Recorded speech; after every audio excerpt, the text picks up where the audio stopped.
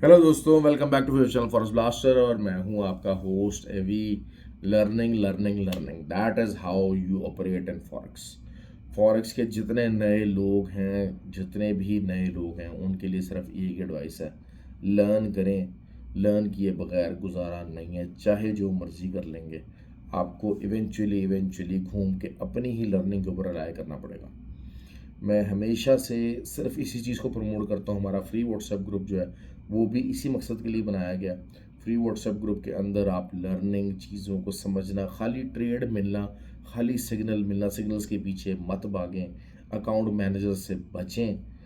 Account managers किसी के काबिल होते, फंड मैनेजर किसी काबिल होते तो भाई ये लोगों से फंड और अकाउंट मत मांग रहे होते। आप इसी को समझें।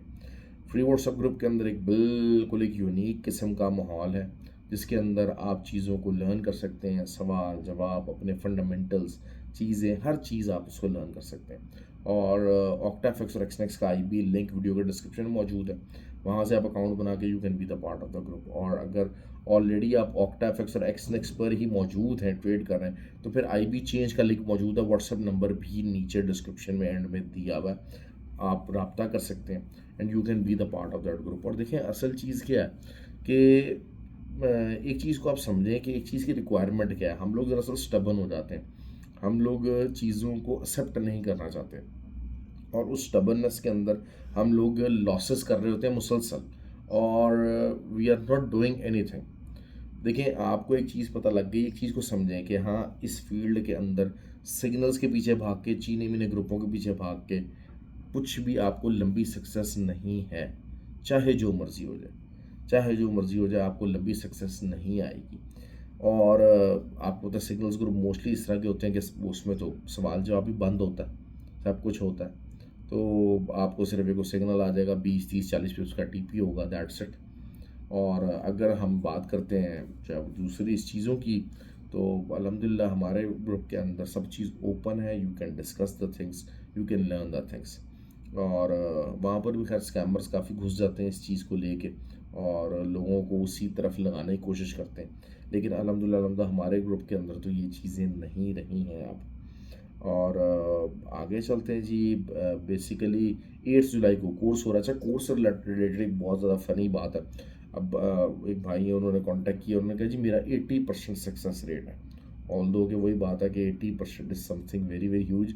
और 80% सक्सेस रेट क्या है जी? मेरी जो स्कैल्पिंग का 80% रेट है, वो वही 20 पिप्स 30 पिप्स वाली जो कहानी है। और पता नहीं, शायद अगर 80% होगा भी तो मैंने कहा जी अगर आपका 80% सक्सेस रेट है तो फिर आपको तो कुछ सीखने की ज़रूरत ही नहीं है। आप एक जो विनिंग फार्मूला है, आप उसको चेंज ही क्यों कर रहे हैं?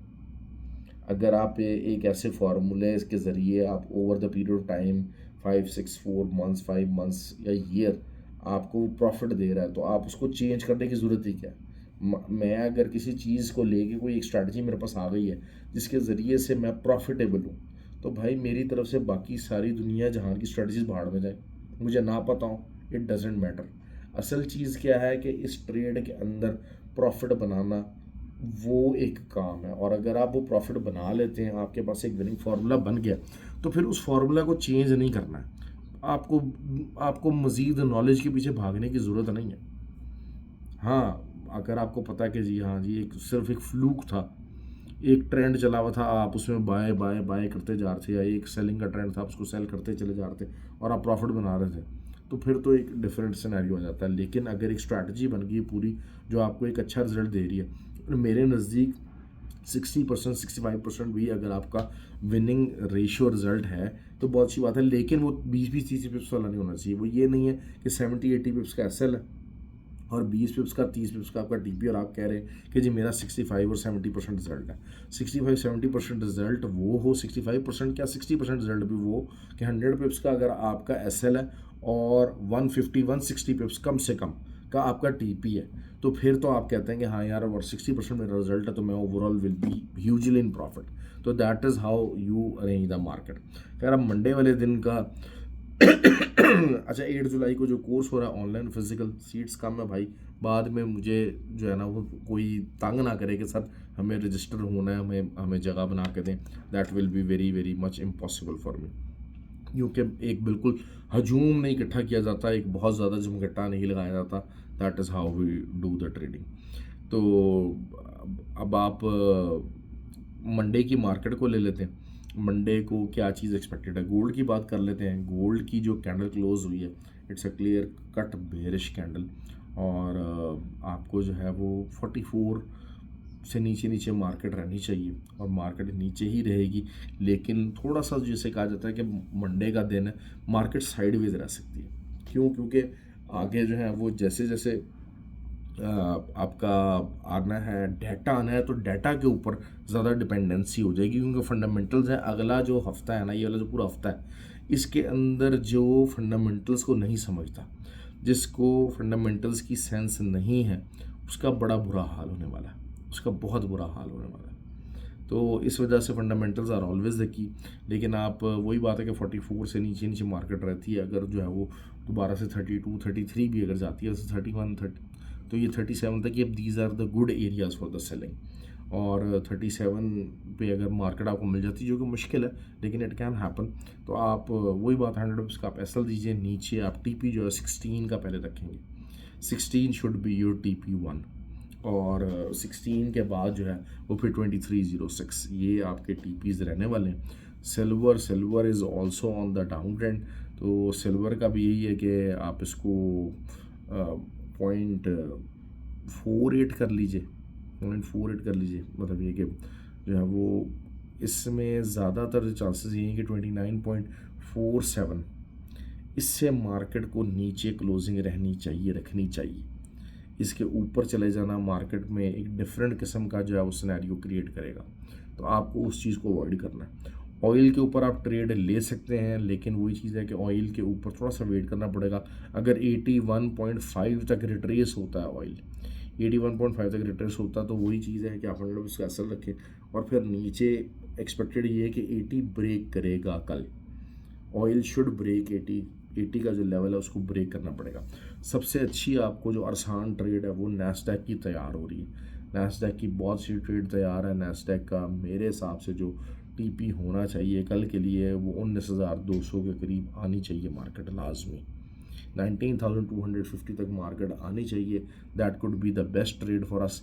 अच्छा, दूसरा ये कि फ्राइडे को US 30 पे बिल्कुल लास्ट मोमेंट के अंदर बड़ा वॉल्यूम के साथ जो है ना वो मार्केट ऊपर उठ के आई है, और काफ़ी उन्होंने जनाब जाना तकरीबन 150 पिप्स की मूवमेंट आई है। लेकिन ये मैं बता दूं बात, मेरे नज़दीक गैप डाउन ओपनिंग आएगी, और आपको जो है वो क्या होने जा रहा है कि द पॉसिबिलिटी इज़ दिस कि आप जो है वो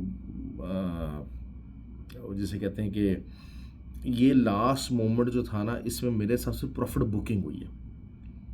ये नया वॉल्यूम बेशक ज़रूर लगा, लेकिन वो प्रॉफिट बुकिंग का वॉल्यूम है, और कुछ नहीं है, इससे ज़्यादा और कुछ नहीं है।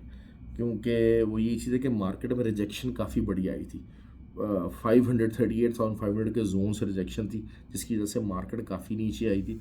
तो प्रॉफिट आखिर के जो 5-7 मिनट थे उसके अंदर प्रॉफिट बुकिंग हुई है, और जिसकी वजह से वो कैंडल ज़रूर बुलिश बना है। वॉल्यूम भी ज़्यादा लगा है, लेकिन आई स्टिल डोंट थिंक कि ये कोई परेशानी वाली बात है। अगर जो है वो आपको 280 से नीचे 39,280 मिलता है, तो that will be something very good. आप वहाँ से सेलिंग अपनी कंटिन्यू कर सकते हैं। 280 से ऊपर का एसएल आप रखें, 320 का रख लें, 330 का रख लें, तो that is something a very very good area for the selling, और आपको US 30 के अंदर अच्छी ट्रेड मिलेगी। मैसेज हर एक के लिए वही है। मैसेज एक ही बात है कि हर पेयर को ट्रेड करने की कोशिश करें, सेटअप को ट्रेड करने की कोशिश करें। मतलब सेटअप के ऊपर उस पेयर के मुताबिक फंडामेंटल के साथ सेटअप को ट्रेड करने की कोशिश करें। खाली अपने आप को कन्फाइंड मत कर लें कि मैं इसी पेयर के अंदर ट्रेड करूँगा। हाँ, मेरी एक है आदत कि मैं करेंसी पेयर्स को ट्रेड नहीं करता। उसकी वजह क्या है? उसकी वजह यही है कि currency pairs they are very slow, और गैन कहता था कि जो है वॉलेटाइल पेयर्स के अंदर आप ट्रेड करें, तो वॉलेटिलिटी जहाँ पर होगी वहीं पर प्रॉफिट होगा। वॉलेटिलिटी से भागने वाले लोग, वॉलेटिलिटी से डरने वाले लोग, they are not traders actually. ये मैं आपको बार बार ये चीज़ें समझाता हूँ ताकि आप लोग अपने सिस्टम का हिस्सा बना लें। देखें, जिस तरीके से होता है ना कि आपकी जो स्पोर्ट्स होती है वो प्रैक्टिस होती है। वो प्रैक्टिस क्या होती है? आपकी बॉडी खुद ब खुद उस स्पोर्ट के मुताबिक रिएक्ट करना शुरू कर देती है। बार बार प्रैक्टिस करते हैं, बार प्रैक्टिस करते हैं, आपके मसल्स के अंदर वही मेमोरी फीड होती जाती है और यू स्टार्ट डूइंग दैट ना।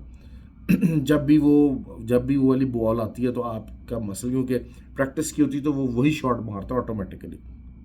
तो मैं हमेशा ट्रेडिंग को भी ये कहता हूँ, practice practice practice. The moment chart आपके सामने आएगा, द मोमेंट वो कैंडलस्टिक पैटर्न आपके सामने आएगा, फ़ौरन से पहले आपका जो मेमोरी होगा वो आपको फ़ौरन से पहले बता दीजिएगा। तो प्रैक्टिस के साथ, टाइम लगाने के साथ और उसके साथ जुड़े रहने के साथ जो है ना वो फ़ायदा है। अदरवाइज़ आप जितने मर्जी सिग्नल ग्रुप्स ज्वाइन कर लें, जितने मर्जी आप अकाउंट मैनेजर्स को आप अकाउंट दे लें, भाई मुझे आज तक कोई ऐसा बंदा नहीं मिला जो सिग्नल्स ग्रुप के पीछे चल के जो है प्रॉफिटेबल हुआ। हाँ, सिग्नल्स हम ज़रूर देते हैं, सिग्नल्स आते हैं, लेकिन वो यही चीज़ होती है, ये नहीं होता कि एसएल हिट हुआ तो साथ ही 2 मिनट बाद recovery trade. I have never done that. SL hit हो गया, you have to accept that कि यार मार्केट में आप गलत साबित हो गए, मार्केट ने आप गलत साबित कर दिया, आपका एनालिसिस गलत हो गया, you have to accept that. लेकिन वही बात होती है कि जी ऊपर से दोबारा बाय लगा ली या नीचे आया तो मजीद बाय लगा ली कि जी बाय में एक दफ़ा हमारा एसएल हिट हुआ नहीं जी, क्यों? क्योंकि बाय ही जाना है सर, या फिर सेलिंग में ऐसा लेट हुआ तो ऊपर से दोबारा सेलिंग लगा लीजिए, रिकवरी ट्रेड। ये चीज़ें नहीं हैं, ये चीज़ें नहीं है, क्योंकि अक्सर जो हमारे एसएल्स होते हैं वो लेवल ऐसे होते हैं कि जनाब अगर यहाँ से उस टाइम फ्रेम के अंदर, चाहे 1 आवर हो, चाहे H1 हो, चाहे M30 हो, उस चाहे H4 हो, उसके अंदर ये होता है कि हाँ इस टाइम फ्रेम के अंदर ये वाला बैरियर क्रॉस हो गया तो फिर market will shift for intraday purpose. तो ये चीज़ों को आपको समझना चाहिए। अब अगर मार्केट शिफ्ट हो गई है तो फिर आप कैसे रिकवरी ट्रेड उसको लगा सकते हैं। हाँ, रिकवरी ट्रेड किस तरीके से लग सकती है कि आप कहते हैं नहीं यार ये जो एसएल हंटिंग हुई है ये फेक आउट हुआ है और ये दोबारा वापस आएगा, तो उस सूरत में आपको सेल स्टॉप और बाय स्टॉप यूज़ करना है। आप दोबारा से ऊपर से लिमिट लगाने की कोशिश नहीं करेंगे, that will be foolish. Market को थोड़ा सा चलने दिया करें, मार्केट को बिल्कुल टॉप हंटिंग और बॉटम हंटिंग की कोशिश मत किया करें। रिटेलर्स का प्रॉब्लम यही है कि हम टॉप हंटिंग और बॉटम हंटिंग की कोशिश करते हैं, जिसकी वजह से हमारा बेड़ा गर्क होता है, हम लोग घबरा जाते हैं। ज़रा सा ब्लू हुआ हम उसको ट्रेड बुक कर ली, क्यों? क्योंकि वही चीज़ होती है कि हमारी कोशिश होती है कि यार बिल्कुल जहाँ से रिवर्सल आया बस वहीं से हम एंट्री हो जाएं और वो थोड़ा बहुत चले तो। हालांकि अगर आपका टीए सही है तो मार्केट तो भी चल रही है। मैं अक्सर जैसे ग्रुप के अंदर कहता हूँ सिल्वर के ऊपर ट्रेड होती है, गोल्ड के ऊपर ट्रेड होती है, तो TP1 जब हिट होता है तो मैं अक्सर कहता हूँ कि भाई अभी तो ट्रेड चलना शुरू हुई है, अभी ट्रेड चली नहीं है प्रॉपर, जब चलेगी तब काम बनेगा। सिल्वर 28.44 इज़ द टारगेट, ये बताता चलूँ आपको। सिल्वर के ऊपर ट्रेड चलेगी कल तो फिर बहुत ज़बरदस्त ट्रेड चलने वाली है, बहुत ज़बरदस्त ट्रेड चलने वाली है। ठीक हो गया। लेकिन ओवरऑल कल मैं नैस्डैक और US30 के ऊपर ज़्यादा रिलाई करूँगा ट्रेडिंग के लिए। गोल्ड आपको तंग करेगा, बहुत ज़्यादा साइडवेज मूवमेंट रहेगी। स्कैल्पर्स बहरहाल they can enjoy lot in the gold, क्योंकि शायद गोल्ड बहुत देर तक एक रेंज के अंदर ही फंसा रहे और रेंज तोड़ना ज़रा गोल्ड के लिए विदाउट फंडामेंटल ज़रा मुश्किल हो जाता है। ओके जी, ख्याल रखिए अपना। Thank you very much. I hope कि वीडियो आपको पसंद आई हो। लाइक और कमेंट ज़रूर कीजिए। शुक्रिया।